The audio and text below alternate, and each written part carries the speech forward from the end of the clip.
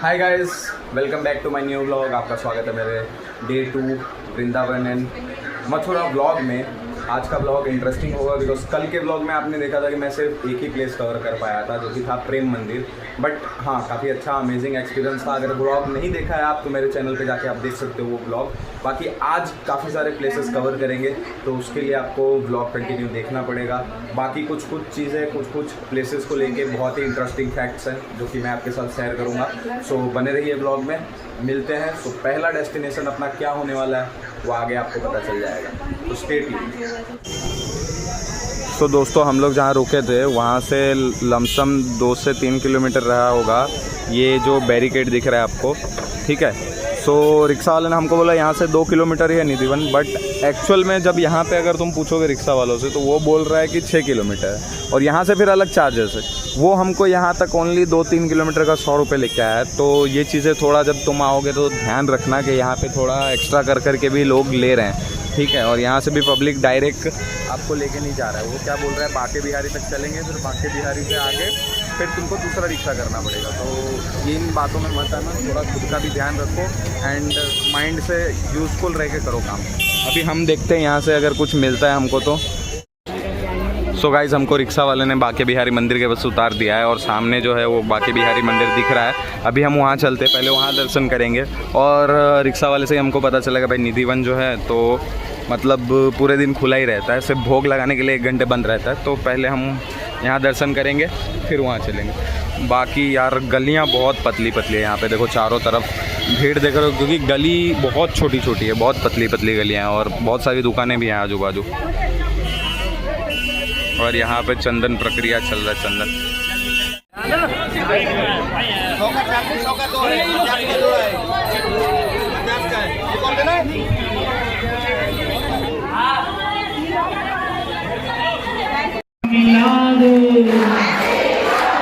श्याम मिला दो, श्याम मिला दो। फ्रेम नहीं, ऊपर से खाली हल्का। हाँ, 150।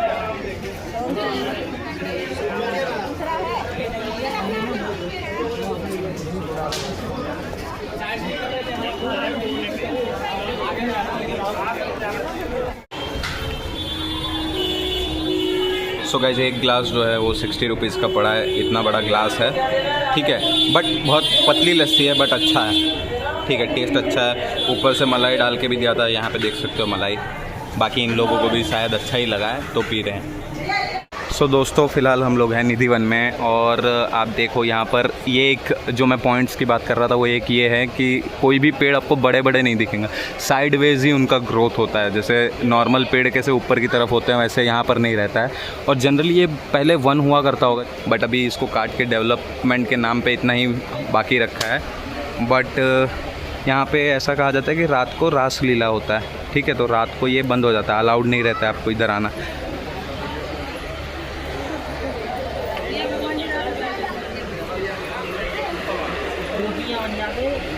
और अगर इनकेस अगर आप रात को आते हो तो ऐसी मान्यता है कि मतलब आप अंधे हो जाते हो, क्योंकि वो रासलीला जो है वो देखना अलाउड नहीं है।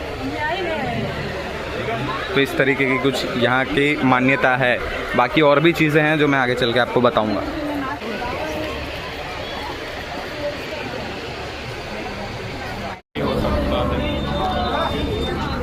तो दोस्तों, ये वो मंदिर है जिसके बारे में मैं आपको बताना चाहता हूँ कि यहाँ पर कैसा होता है, शाम को जब द्वार बंद होता है, जब ये निधिवन बंद होता है तो यहाँ पर खाने पीने की चीज़ें, पानी, दातुन और भी जो हमारी दैनिक यूज़ की चीज़ें वो रखी जाती है। और ऐसा कहा जाता है कि जब सुबह द्वार वापस खुलते हैं तो वो सारी चीज़ें यूज़ करी होती है, मतलब श्री कृष्ण और राधा जी यहाँ आते हैं और वो चीज़ें यूज़ करते हैं। तो इस तरीके की मान्यता है इस मंदिर को लेकर, इस मंदिर से रिलेटेड।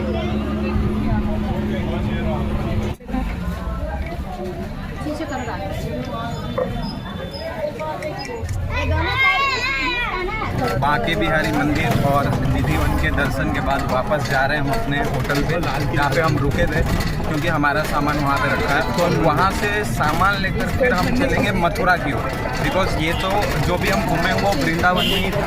तो वृंदावन की ट्रिप अभी यहाँ पे ही आई गेस एंड होगी हमारी, एंड इसके आगे फिर मथुरा में मिलते हैं। इस्कॉन मंदिर था क्या?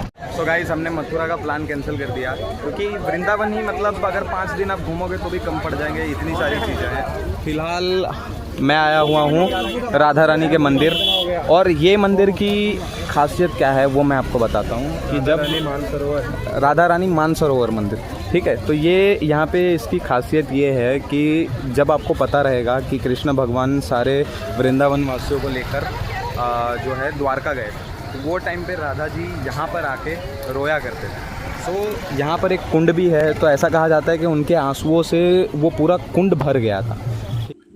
मंदिर के पास में ही आलू की सब्जी और पूरी का प्रसाद मिल रहा था, जो हमारा राधा रानी मानसरोवर मंदिर है वहाँ पर ब्रिज विकास ट्रस्ट द्वारा ये भंडारा कराया जा रहा था, जो कि मुफ्त था और भक्ति भाव से, सेवा भाव से लोगों को प्यार से खिलाया जा रहा था, जो कि बिना चार्जेबल, और जितना खाना हो उतना आप खाओ।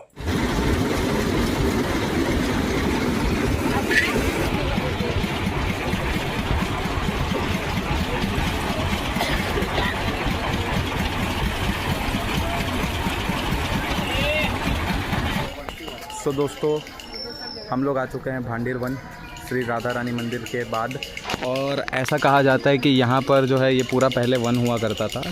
गाइस अगर आपको पीस चाहिए, ठीक है, आप थोड़ा पीस ढूंढ रहे हो और चाहते हो कि अच्छी तरीके से अगर दर्शन करना, तो भांडीर वन हो गया, जैसे अभी मैं जहाँ पर हूँ, उसके बाद राधा रानी टेम्पल हो गया, उसके बाद और भी दूसरे मंदिर है जो कि प्राचीन है, पुराने हैं, कुछ ना कुछ उनके साथ इतिहास जुड़ा हुआ है, ठीक है, तो वहाँ आप जा सकते हो।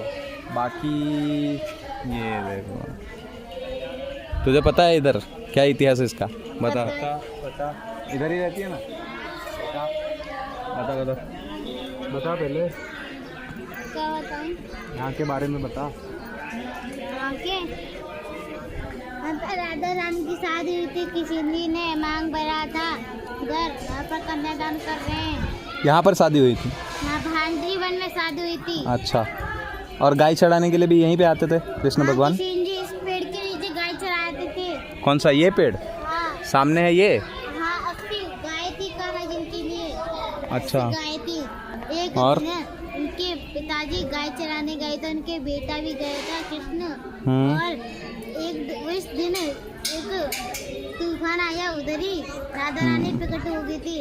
फिर एक दिन राधा रानी ने मांगा था मुझे कृष्ण दे दो, तो कृष्ण बोला था, उनके पिताजी ने बोला था कृष्ण जी ने, मेरे कृष्ण जी क्यों ले आ रहे हो?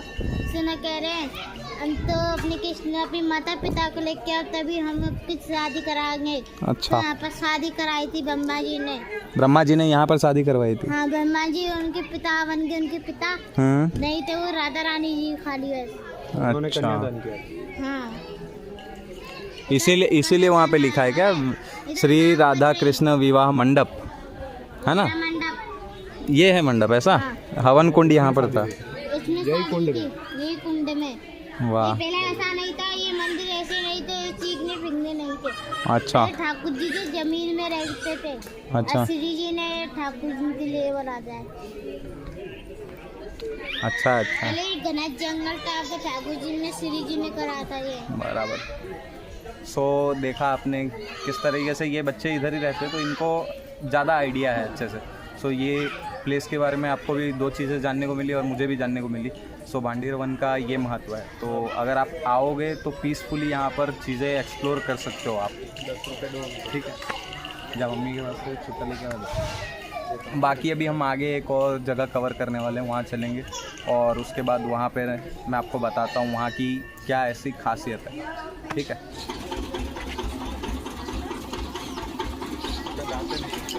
ये सबसे बड़ी सेवा है राधे, गौ सेवा। हमको तो डर लगता है, तो गिर ही गया सब। वाली बात नहीं है, अरे उठा के खिला अच्छा से।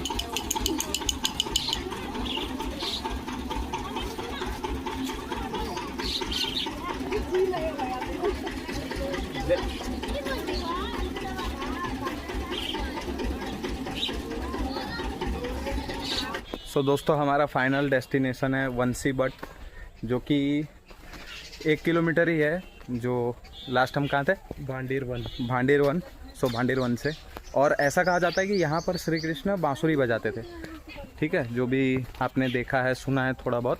तो वो गोकुल जहाँ पर वो रहते हैं वो 45 किलोमीटर्स है, और यहाँ पर 45 किलोमीटर दूर वो आते थे। देख क्या इधर राधा रानी का पेड़ है भैया, देख ना हम संत लोग की सेवा करते हैं, हम जंगल में रहते हैं। इधर यहाँ पे कान्हा जी ने बंस भी आई थी, यहाँ पे महाराज हुआ था, ने कही थी मैया मोरी मैंने मागा ने नहीं खायो, 4 पैर बंसी मत भटको, समझ पर नहीं भरायो। देख लो मोर है, इधर 3,500 मोर है जंगल में, 3,500 मोर है जंगल में। 1 एकड़ का जंगल है। आप कहाँ से? उड़ीसा से? नहीं, कलकत्ता से, बिहार से, बिहार पटना। सो दोस्तों आज का व्लॉग यहीं पे एंड करेंगे। आई होप आपको मज़ा आया हो। अगर मज़ा आया हो तो पता है क्या करना है आपको, लाइक शेयर एंड सब्सक्राइब। बाकी मिलते हैं नेक्स्ट व्लॉग में, और नेक्स्ट व्लॉग आने वाला है हरिद्वार से, बिकॉज नेक्स्ट डेस्टिनेशन जो है दैट इज़ हरिद्वार। सो मिलते हैं हरिद्वार में, तब तक के लिए tata bye bye, see you, Radhe Radhe.